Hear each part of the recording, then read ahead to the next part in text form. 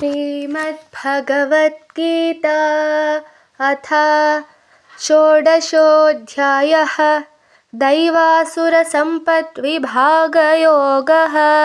श्रीभगवानुवाच अभयं सत्त्वसंशुद्धिर्ज्ञानयोगव्यवस्थितिः दानं दमश्च यज्ञश्च स्वाध्यायस्तपार्जवम् अहिंसा सत्यमक्रोधस्त्यागः शान्तिरपैशुनं दयाभूतेष्वलोलुप्त्वं मार्दवं ह्रीरचापलम् तेजःक्षमा धृतिः शौचमद्रोहो नातिमानिता भवन्ति सम्पदं दैवीमभिजातस्य भारत।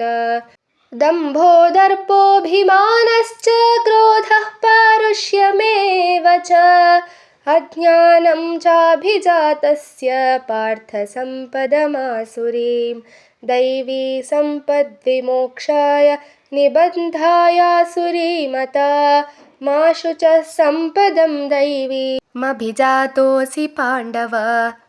द्वौ भूतसर्गो लोकेऽस्मिन् दैव आसुर एव च दैवो विस्तरशः प्रोक्त आसुरं पार्थ मे शृणु।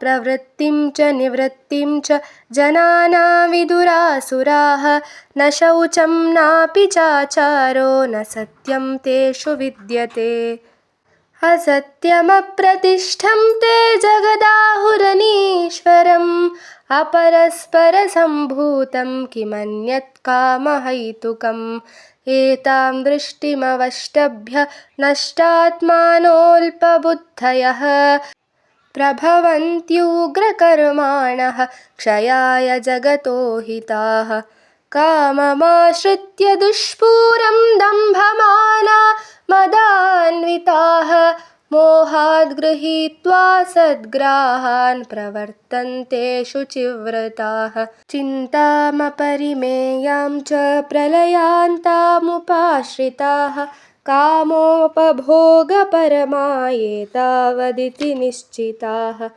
आशापाशशतैर्बद्धाः कामक्रोधपरायणाः ईहन्ते कामभोगार्थमन्यायेनार्थसञ्जयान् इदमद्य मया लब्धमिमं प्राप्स्ये मनोरथम् इदमस्तीदमपि मे भविष्यति पुनर्धनम् असौ मया हतः शत्रुर्हनिष्ये चापरानपि ईश्वरोऽहमहं भोगी सिद्धोऽहं बलवान् सुखी आढ्योऽभिजनवानस्मि कोऽन्योऽस्ति सदृशो मया यक्षे दास्यामि मोदिष्य इत्यज्ञानविमोहिताः अनेकचित्तविभ्रान्ता मोहजालसमावृताः प्रसक्ताः कामभोगेषु पतन्ति नरकेषु च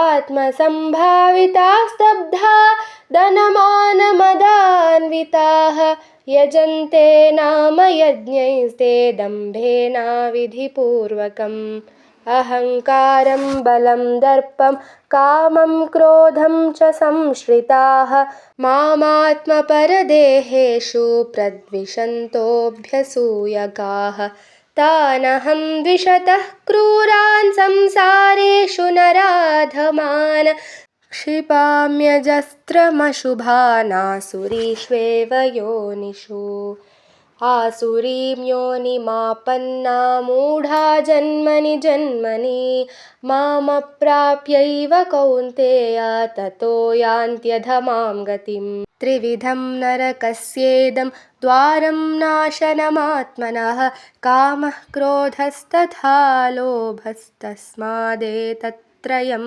त्यजत् एतैर्विमुक्तः कौन्तेय तमोद्वारैस्त्रिभिर्नरः आचारत्यात्मनः श्रेयस्ततो याति परां गतिम् यः शास्त्रविधिमुत्सृज्य वर्तते कामकारतः न स सिद्धिमवाप्नोति न सुखं न परां गतिम् तस्मात् शास्त्रं प्रमाणं ते कार्याकार्यव्यवस्थितौ ज्ञात्वा शास्त्रविधानोक्तं कर्म कर्तुमिहार्हसि इति श्रीमद्भगवद्गीतासु उपनिषत्सु ब्रह्मविद्यायां योगशास्त्रे श्रीकृष्णार्जुनसंवादे दैवासुरसम्पद्विभागयोगो नाम षोडशोऽध्यायः। श्रीकृष्णार्पणमस्तु।